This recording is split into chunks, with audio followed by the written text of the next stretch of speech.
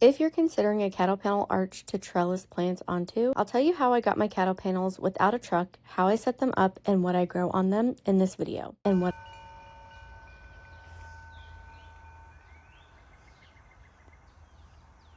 This is Zone 6B Gardening, and I'm working on building a garden that doesn't require as much attention. Let's talk about my cattle panel garden arches. First, I want to emphasize that they are a really great, sturdy, easy to set up arch if you are able to get them. However, I didn't have a truck, so I tried really hard to find alternatives before deciding that I really just needed to go get them. First, I tried to make makeshift alternatives out of chicken wire and plant posts. Basically, I took the chicken wire and stretched them over 5-foot garden posts and just twined the chicken wire onto the posts so that it was kind of like an arch in that way around the bed. This was able to hold a cucumber plant, but the chicken wire gaped and ended up harming the plant, and so that wasn't my favorite. I also tried 9-gauge wire strung between posts, which actually did okay, but my dogs could not see it and broke through one of the wires, and so that ended up being a bust. All the plants got damaged from that.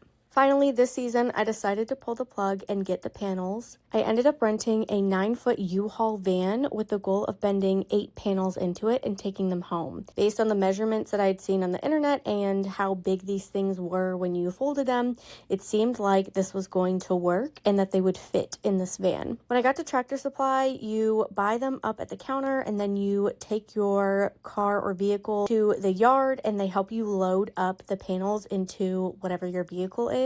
The Tractor Supply person working the yard was extremely negative and judgmental. It seemed like he was annoyed that people come and buy these garden arches with anything but a long 16-foot bed.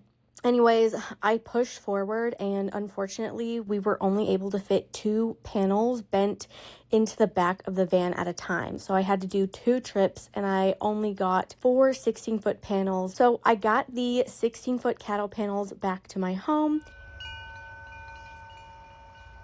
So again, I got 4 16-foot cattle panels for a total of 4 trellises in my yard. And I also got 16 6-foot T-posts. 2 T-posts for each side of the panels. And I also made sure to get the panel clips for securely attaching them to the T-posts. Make sure you get these clips. The person working the yard almost didn't give them to me. I had to remind them a couple of times. You really want these clips for a really secure attachment of the panels to the posts. A few weeks later, I learned that Tractor Supply started allowing delivery of cattle panels at certain locations if you go in and talk to the staff.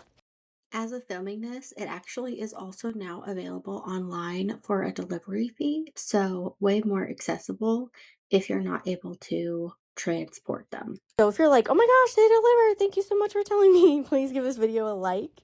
I wish I had known that before I had rented the U-Haul, but if they don't do delivery in your area, the U-Haul van did work.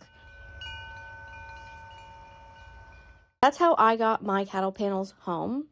And now let me walk you through the setup. I don't have any videos of this, but basically we bent the 16-foot panels into the shape we wanted on the ground. Holding it in that shape, we stood it up and walked the panel arch to the exact location that we wanted it in and sledgehammered the T-posts on the outer edges. Then we secured them to the T-posts with the clips that came with the T-posts. Again, really make sure you get those clips because they make it so much easier. And it's really not rocket science. They definitely are not straight, but they are up, and that's all that I can ask for. It was pretty straightforward, but it was a lot of work. So that's how I got them. That's set up. Let's get into what I'm growing on them and what I think of them so far as of growing them halfway through a growing season.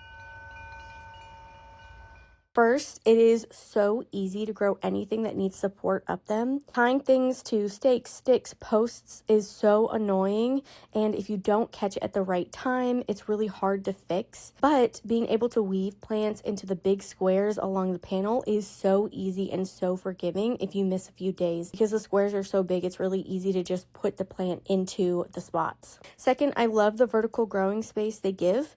and the vertical visual element they add to the garden. They frame areas of the garden in such a beautiful way. It's such a joy to see them out there. So far, I think my biggest mistake is not growing enough vining plants to fill out the trellises this year. My squash trellis is really taking off and starting to be completely covered by squash plants, but my tomato, raspberry, and flower trellises are still pretty bare on the upper parts. With time, I think the raspberry trellis will fill out and make for easy picking and a gorgeous edible walk-through tunnel. But I wish I had started some viners on it this year to fill it out and make use of the space while it's available, like some more Trombosino squash or some beans, stuff like that.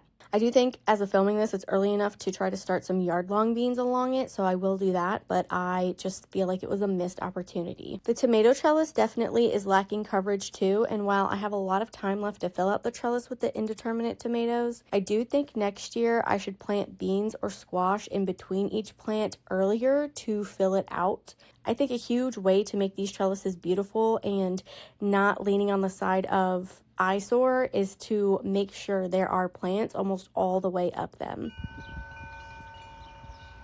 Finally, I think placing the panels horizontally and flat like a wall would have been a great, possibly better way to stake up tomatoes and raspberries, but I didn't have that kind of space, nor did I want to commit to a 16-foot long wall of cattle panel in my garden. But if you have the space, you may consider it. I've seen other gardeners doing this, and I wish I just had the space, but I don't. So I'm going to enjoy my garden arches instead. So that is all that I have to share about my cattle panel garden arches and trellises. Please let me know in the comments if you have any questions about my setup, how I got them, what I'm growing along them, etc. If you found this video helpful or entertaining, please give it a big thumbs up. And all of that said, this is Zone 6B Gardening signing off.